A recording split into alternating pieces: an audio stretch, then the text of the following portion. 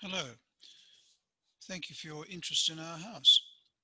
I assume that you've looked at the house profile on the Sustainable House Day website, so I shall only offer a kind of commentary on some of the less standard features rather than repeating all that data. You can, of course, ask me about the rest. The first consideration for sustainability must be the site, I suppose. Our home is in a rural part of Nillumbik on a hillside block of 8 hectares. We inherited a building platform serviced with electricity and water tanks at the highest part of the block, 310 metres above sea level.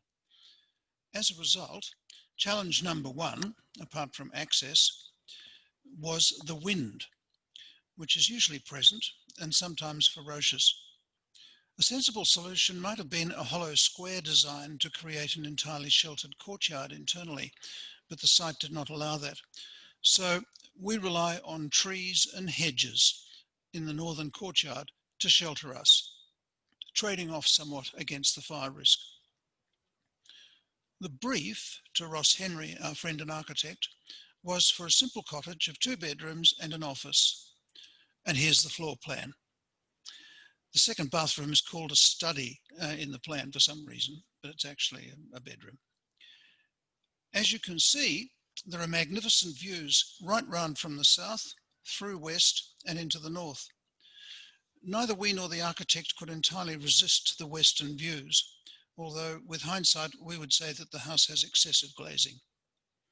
Challenge number 2, therefore, is glare and heat gain for 4 or more months of the year. Because of the views, we resisted tinted glazing. Double glazing, which we do have throughout, is not terribly effective against radiant heat, although it's great in winter. So we've adopted 5 mitigations.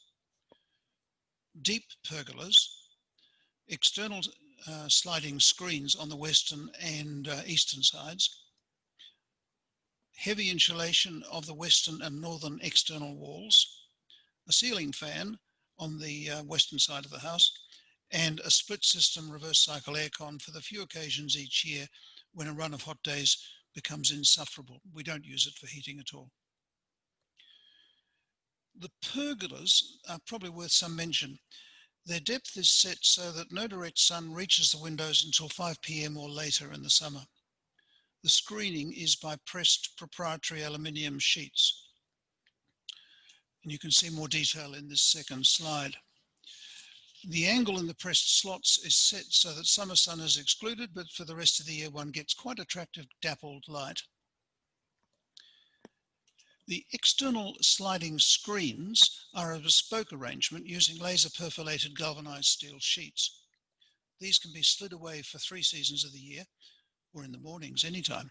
But the great thing is that in summer one can see through them, as you see here in this second slide. The principle is similar to the perforated advertising that one has on trams and trains.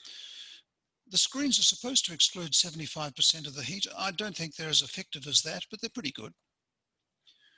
The other measures, insulation, fan, air conditioning, speak for themselves, I think. I don't feel too bad about the aircon because our solar panels run it on the relevant days. Both for practicality and as a massive heatsink, we chose a polished concrete floor. It was made using a percentage of fly ash, is coloured, and has a pebbled fleck, as you can just see there. It's a waffle slab and has entirely lived up to expectations, both for ease of keeping reasonably clean and shiny and to stabilise temperatures inside. Visitors often comment on it approvingly. If you don't like our colour, there is a huge range of possibilities. In our neighbourhood, various friends have burnished concrete slabs rather than polished, and these seem to be just as good. For warmth in the cooler months, we rely on good insulation throughout and on 2 slow combustion wood stove. The insulation specs are in the house profile if you're interested.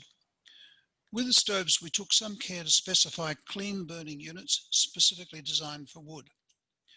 The smaller of them, which in truth we mostly light for cheerfulness when we have guests, is common enough. You've probably seen stoves like it. The larger is our splendid Essie stove. These are rather expensive but magnificent units. For 4 or more months of the year, it does our cooking, heats the hot water and warms the western half of the house. We don't heat the eastern side where the bedrooms, bathroom, toilet, etc. are. We have copious wood on the property, but the SE only burns maybe eight logs a day. Having mentioned hot water, I'll point out our arrangement of solar panels, which do the job whenever there's sunshine. The panels are on the ground, since there's no difficulty in sighting them, and in this way the water circulation is entirely by thermosiphon with no pump or need for electricity. In the warmer part of the year, they're entirely adequate. There is an electric booster, but we only switch it on maybe 10 days a year when there's been a prolonged cloudy spell. We built 11 years ago, nearly 12 now, immediately after the bushfires which ravaged our property. At that stage, the bowel system had not been devised, so we had to rely on our own common sense and the advice of the architect and the engineer. Some measures, like this slide that's been up for a minute, of gravel around the house and our choice of plants are standard enough. Similarly, I think the fire pump in its own enclosure, the hose points around the house, around its periphery, and the copious tankage. However, you might be interested in 3 less ordinary measures: the roof design, the window shutters, and the external cladding. The roof has a butterfly design, and I'm sorry, I can't get up high enough to take a decent photo, so you'll have to make do with the plan.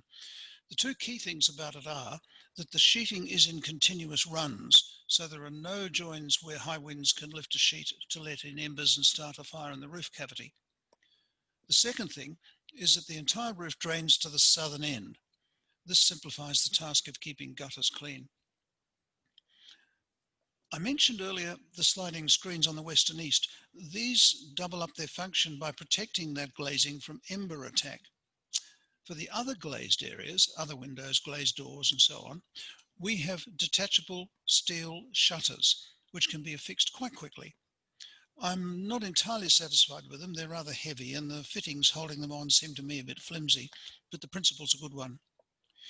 We've moved to a lighter version of shutter, which we believe will be just as effective, and you can see it here. In effect then, our fire plan allows us to lock down the house in about 10 minutes and leave with a good chance that the house will survive. The external cladding and the window frames and so on caused us some thought. We didn't want galvanized steel cladding, nor steel window and door frames, although undoubtedly these give magnificent performance and some of our neighbours use them. Rammed earth was going to be expensive, and we'd observed that our next door neighbour's house of rammed earth did not withstand the bushfires.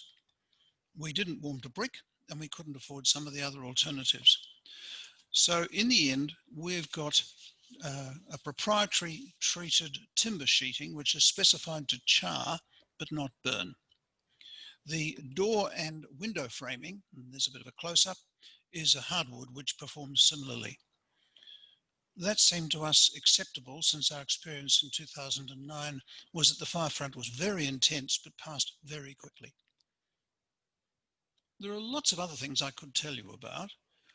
Why we chose sustainable plywood rather than plaster in several areas inside, our experience with low or nil emission paints, our solar electricity installation and what we plan there, because our total daily usage is only about 3 kilowatt hours. I could tell you about our wicking veggie garden and why it's where it is, or why the orchard is where it is, why the little vineyard is where it is, and the rather torturous process we had to go through to get decent phone and internet services. Similarly, there are things that we would do differently now, but it's a very comfortable, cheerful little house and reasonably sustainable. Next stop, an electric car, I suppose. But you can ask about these things if you like. I'd like to wish you a happy visiting, and either on the 19th for our Nillumbik Day, which you can see the details of here, or the next day for the nationwide day. I hope you will go visiting lots of places. And we can recommend that you follow up with sustainable speed dating on the 18th of October. You can book free interviews with technical experts for advice about what you want to do in your home. It's all worth it. We've had a lot of fun and we enjoy our house, and I hope this has been of interest to you.